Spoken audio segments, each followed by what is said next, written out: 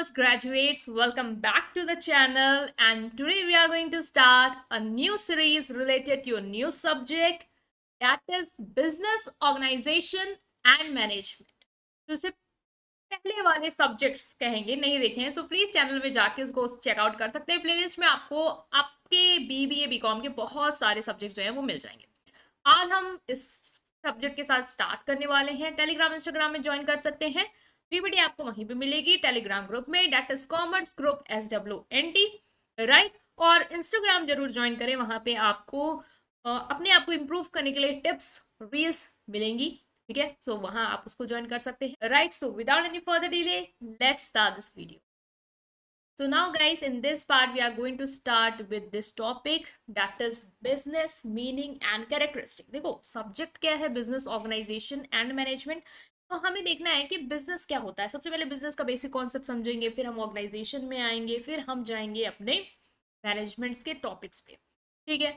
So as per NEP आपका syllabus चलता जाएगा। खास क्या है, सबसे पहले तो हम लोग बहुत ही ईजी लैंग्वेज में सब कुछ समझने वाले हैं, जो भी फीचर्स हैं, जो भी आपके मीनिंग है, एंड लास्ट में आपका होगा एक क्विक टेस्ट जो ये चेक करेगा कि जो भी आपने अभी तक पढ़ा वो आपको समझ में आया या नहीं। और अपना स्कोर्स लिखेंगे आप कमेंट सेक्शन में, जिसका भी हाईएस्ट स्कोर होगा मैं उसको पिन करूंगी, ठीक है। सो चलिए हम स्टार्ट कर रहे हैं अपने इस टॉपिक के साथ। सबसे पहले आते हैं बिजनेस के बारे में कि बिजनेस होता क्या है।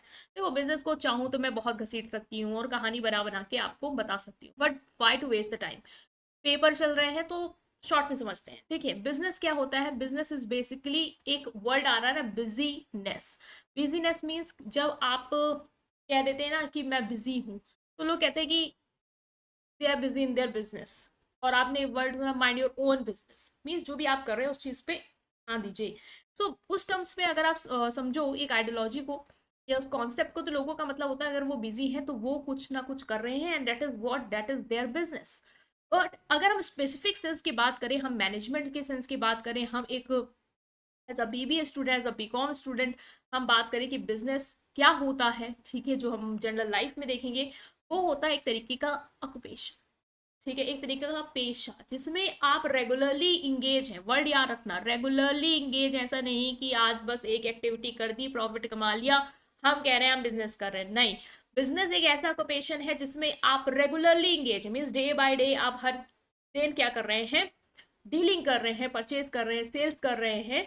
Y you are doing that, to earn the profit, ठीक है। So in which people regularly engage in activities related to purchase production और sales of good and services. देखो तीन चीज हो सकती है, या तो आप प्रोड्यूस कर रहे हो, रॉ मटेरियल खरीद रहे हो, बना रहे हो, प्रोड्यूस कर रहे हो, एंड देन आप बेच रहे हो एज अ मैन्युफैक्चरर।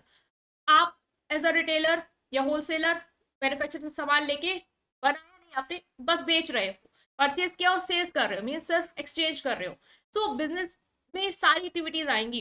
देखो प्रोडक्शन के बिना आप ना ही बेच पाओगे ना खरीद पाओगे, तो पहले प्रोडक्शन हुआ, फिर सेल्स एंड परचेज हुआ, एंड ये सारी चीजें, ये एक्टिविटीज क्यों हो रही है, just to earn the profit, with a view to earning the profit. Main motive यही होगा कि हमें प्रॉफिट कमाना है। तो बिजनेस क्या होता है, एक ऑक्यूपेशन जिसमें लोग रेगुलरली इंगेज होते हैं। इसमें इंगेज होंगे ऐसी एक्टिविटीज में जो कि रिलेटेड है परचेज से, प्रोडक्शन से, या फिर sale of good and services से, with a view to earning profit, right.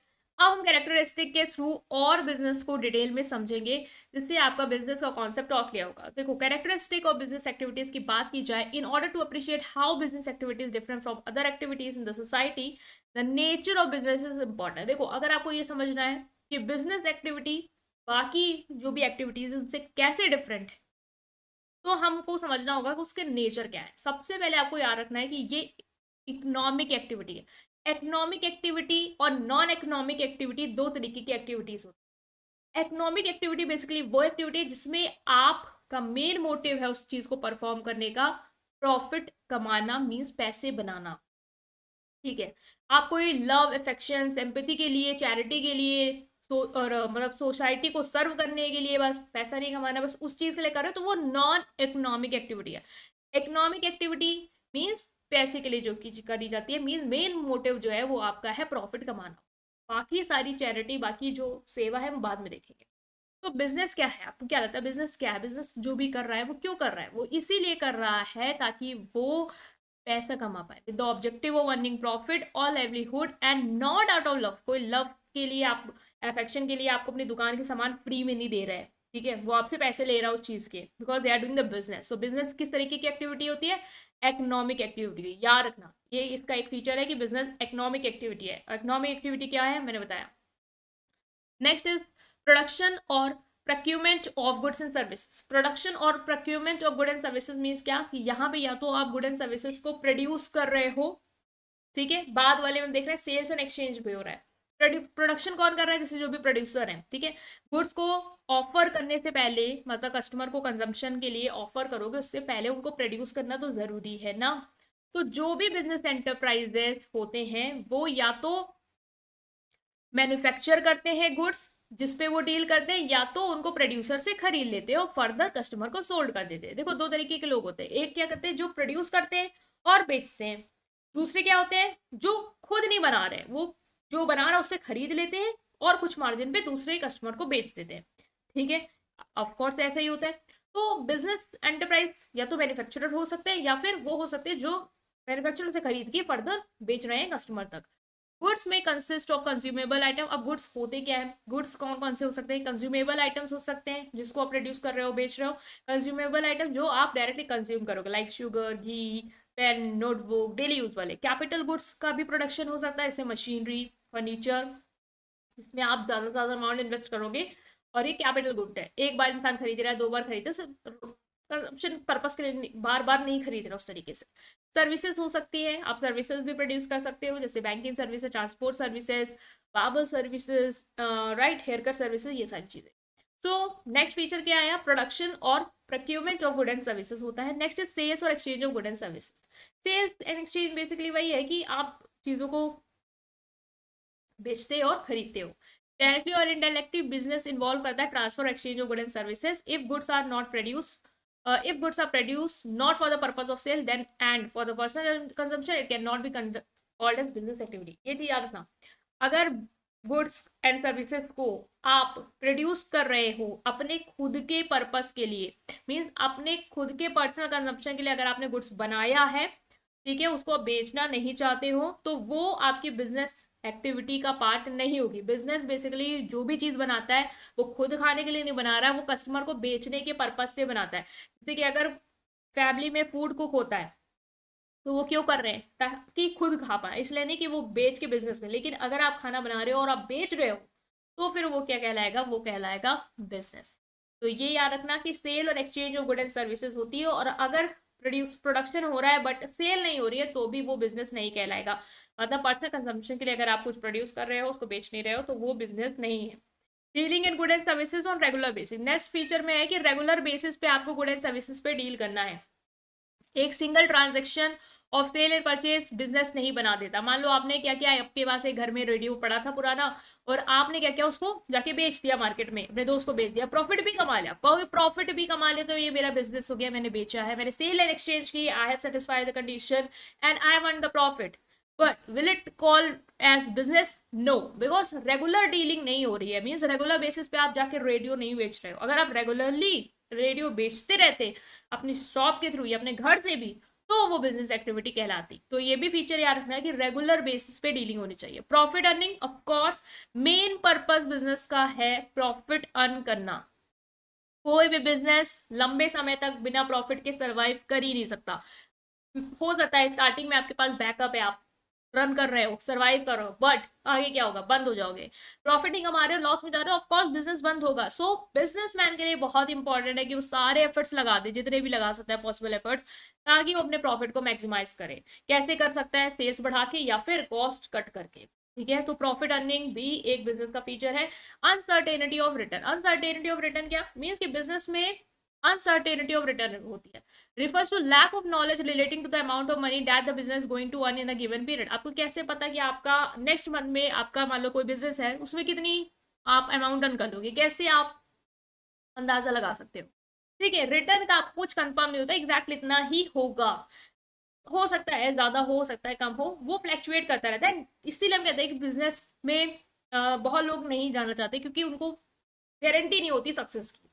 ठीक है, every business invest money to run its activity with the objective earning profit, but it is not certain as to what amount of profit will be end. हर इंसान अपना business में पैसा लगाता है इसी पर्पज से कि वो पैसा कमाएगा, वो प्रॉफिट अर्न करेगा, बट कितना प्रॉफिट अर्न करेगा वो किसी को नहीं क्लियर होता है। तो अनसर्टेनिटी ऑफ रिटर्न है। Element of risk, element of risk क्या है कि risk is the uncertainty associated with exposure to loss. It is caused by some unfavorable or undesirable event. Risk are related with factor. Risk होता है business में, मतलब कि business में बहुत सारी चीजें ऐसी होंगी जहां पे आपको लगेगा डर। वो इस वजह से भी आ सकता है क्योंकि मान लो कि कंज्यूमर का टेस्ट बदल गया, फैशन बदल गया, आप जिस फैशन में चीजें बना रहे थे अब उसकी डिमांड ही नहीं, आपको नहीं पता था बट सडनली चेंज हो गया, या फिर कोई गवर्नमेंट की पॉलिसी बदल गई। तो बिजनेस में ये सारी चीजें भी चलती रहती है, ऐसा नहीं है कि आप जो जैसे कर रहे हो वैसे ही होता रहेगा। कोविड आ गया, बिजनेस को ऑनलाइन मोड में स्विच करना पड़ा, आपको नहीं पता था कि ऐसा कभी होगा, स्ट्राइक हो गई, लॉकडाउन हो गया। तो इन सारी चीजों के में कंडीशन में क्या होगा कि बिजनेस में एक रिस्क बना रहता है सर्वाइवल का, या फिर चोरी हो गई, आग लग गई, एक्सीडेंट हो गया, ठीक है, तो वहां पे भी क्या है, रिस्क है। तो आपको ये नहीं पता कि कब क्या हो जाए। तो कोई भी बिजनेस रिस्क को अवॉइड भी नहीं कर सकता पूरी तरीके से। क्यों? क्योंकि आपको अनसर्टेनिटी है, चोरी और थेफ्ट की तो अनसर्टेनिटी है, मतलब थेफ्ट ऑफ फायर की, कब आग लग जाए, क्या हो जाए, कब पॉलिसी बदल जाए, यू नेवर नो डैट। तो आप रिस्क को अवॉइड नहीं कर सकते, बस हाँ आप एक तरीके से एक बैकअप प्लान लेके चल सकते हो कि मान लो एस्टिमेट कर लो अगर ऐसा होगा तो हमारे पास कुछ है, इंश्योरेंस करा लेते हैं, ये वो सारी चीजें आप कर सकते हो, एक मतलब सेफ साइड लेके चल सकते हो। ठीक है, सो हमने यहाँ पे समझ लिया है अभी आपका कि बिजनेस क्या है, और कैरेक्टरिस्टिक से आप बिजनेस को और अच्छे से डिफाइन कर पा रहे थे कि एक इकोनॉमिक एक्टिविटी है, प्रोडक्शन हो रहा है, सेल एंड परचेज हो रही है, डीलिंग हो रही है गुड एंड सर्विसेज में रेगुलर बेसिस पे, प्रॉफिट अर्न करने का मोटिव है, यहाँ पे अनसर्टेनिटी ऑफ रिटर्न है और रिस्क भी है। ठीक है, नेक्स्ट आता है कि अब हम लेंगे quick test just to check कि हमने जो पढ़ा वो हमें क्लियर हुआ या नहीं। तो स्टार्ट करते हैं फर्स्ट क्वेश्चन के साथ। विच of the following is the primary purpose of business? Business का प्राइमरी पर्पस, प्राइमरी मतलब क्या होता है, मेन पर्पस क्या है बिजनेस करने का? To promote social welfare, to earn profit, to create employment, या टू प्रोवाइड एजुकेशन। देखो ये तो हम कहेंगे कि हाँ वेलफेयर तो करते ही है, ठीक है, एम्प्लॉयमेंट भी जनरेट करना एक पर्पस है, एजुकेशन प्रोवाइड करना भी पर्पस है, लेकिन मेन पर्पस क्या है बिजनेस का, वो है to earn profit, that is to earn profit. तो याद रखना बी जो है वो है right answer. Next is which of the following is not a characteristic of business? Business का कैरेक्टरिस्टिक क्या नहीं है? इकोनॉमिक एक्टिविटी अभी पढ़ा, अनसर्टेनिटी ऑफ रिटर्न अभी पढ़ा, पर्सनल रिलेशनशिप अभी नहीं पढ़ा, एलिमेंट ऑफ रिस्क पढ़ा। तो पर्सनल रिलेशनशिप आपके बिजनेस का कैरेक्टरिस्टिक्स नहीं है। Next is a business involve which of the following activities? Business में कौन कौन सी एक्टिविटीज होती हैं? आप आंसर देने से पहले ना, अगर आपको आता ही है, पॉज करके अपने आंसर जो है वो कमेंट सेक्शन में लिखते जाओ, ठीक है। Business involve which of the following activities? Production और procurement of good and services, consumption of good, leisure activity, या चैरिटी वर्क? बिजनेस में कौन सी एक्टिविटी होती है? Production and procurement of good and services, ठीक है। Regular dealing in goods and services are necessary for an activity to be considered a business. This characteristic known as, अभी हमने पढ़ा कि रेगुलर डीलिंग होना बहुत जरूरी है गुड एंड सर्विसेज में ताकि वो बिजनेस कहलाए। एक बार आपने कोई चीज बेच दी, सिंगल ट्रांजेक्शन कर दिया, वो बिजनेस कंस्टिट्यूट नहीं करेगा। तो ये वाला जो फीचर है उसको कौन सी हेडिंग डिफाइन करेगी? Profit earning, economic activity, regularity in dealings, या uncertainty of return? Very easy, regularity in dealing. Next is the risk of loss in business due to factor like market condition, competition and economic change is referred to as risk of loss. इन सारी चीजों की वजह से जो risk होता है loss का, उसको हम क्या बोलेंगे? Economic activity, element of risk, profit earning, या सेल्स और exchange of goods? So very easy, element of risk. Next, which characteristic of business refers to the possibility that a business may not earn profit or may even suffer loss? कौन सा characteristic business का ये बताता है कि दोनों तरीके की possibility हो सकता है कि profit हो जाए, हो सकता है कि loss हो जाए? Economic activity, regularity in dealing, uncertainty of return, या production and procurement? Very easy, uncertainty of return, क्योंकि नहीं पता हमें क्या होगा, return का uncertainty है, profit होगा, loss होगा, we don't know. Which of the following activity does not qualified as a business? एक पर्सन जो कार मैन्युफैक्चर करता है, a person selling homemade cookies regularly, a person purchasing a car for personal use, या a shop selling grocery? कौन सा business नहीं होगा, कौन सी एक्टिविटी? एक कंपनी जो कार मैन्युफैक्चर कर रही है, हमने पढ़ा था प्रोडक्शन करो या प्रोडक्शन कर रहे हो, सामान लेके बना रहे हो एंड फर्दर बेचोगे आगे ऑफ कोर्स, सो वो बिजनेस कहलाएगा। यस, अ person selling home made cookies regularly, home made cooking घर में बना रहा है, खुद के लिए नहीं, सेल कर रहा है और रेगुलर बेसिस पे, एक बार भी नहीं, सो ये क्या होगा, business, right. A person purchasing car for personal use के लिए आपने कोई चीज करी है, बेच नहीं रहे, खरीद नहीं रहे, डीलिंग नहीं कर रहे, सो क्या ये वाली एक्टिविटी क्वालिफाई करेगी एज अ बिजनेस, सो नहीं करेगी। सो आंसर होगा C, that is a person purchasing a car for personal use. और shop selling groceries, of course sell कर रहे हैं ग्रोसरी, शॉप है मीन रेगुलर बेसिस में डील कर रहे हैं, सो ये होगा आपका बिजनेस। तो ये थे आपके आंसर जो हमने डिस्कस किया, ठीक है। आप इन आंसर्स को एक बार देख लीजिए और इसकी पीपीटी आपको मिलेगी टेलीग्राम ग्रुप पे। तो अपना स्कोर जो है वो कमेंट सेक्शन में लिखना बिल्कुल मत भूले, और चैनल को सब्सक्राइब करें, वीडियो को लाइक करें, अपने फ्रेंड्स के साथ इस पूरी प्लेलिस्ट को जरूर शेयर करें, राइट। Thank you.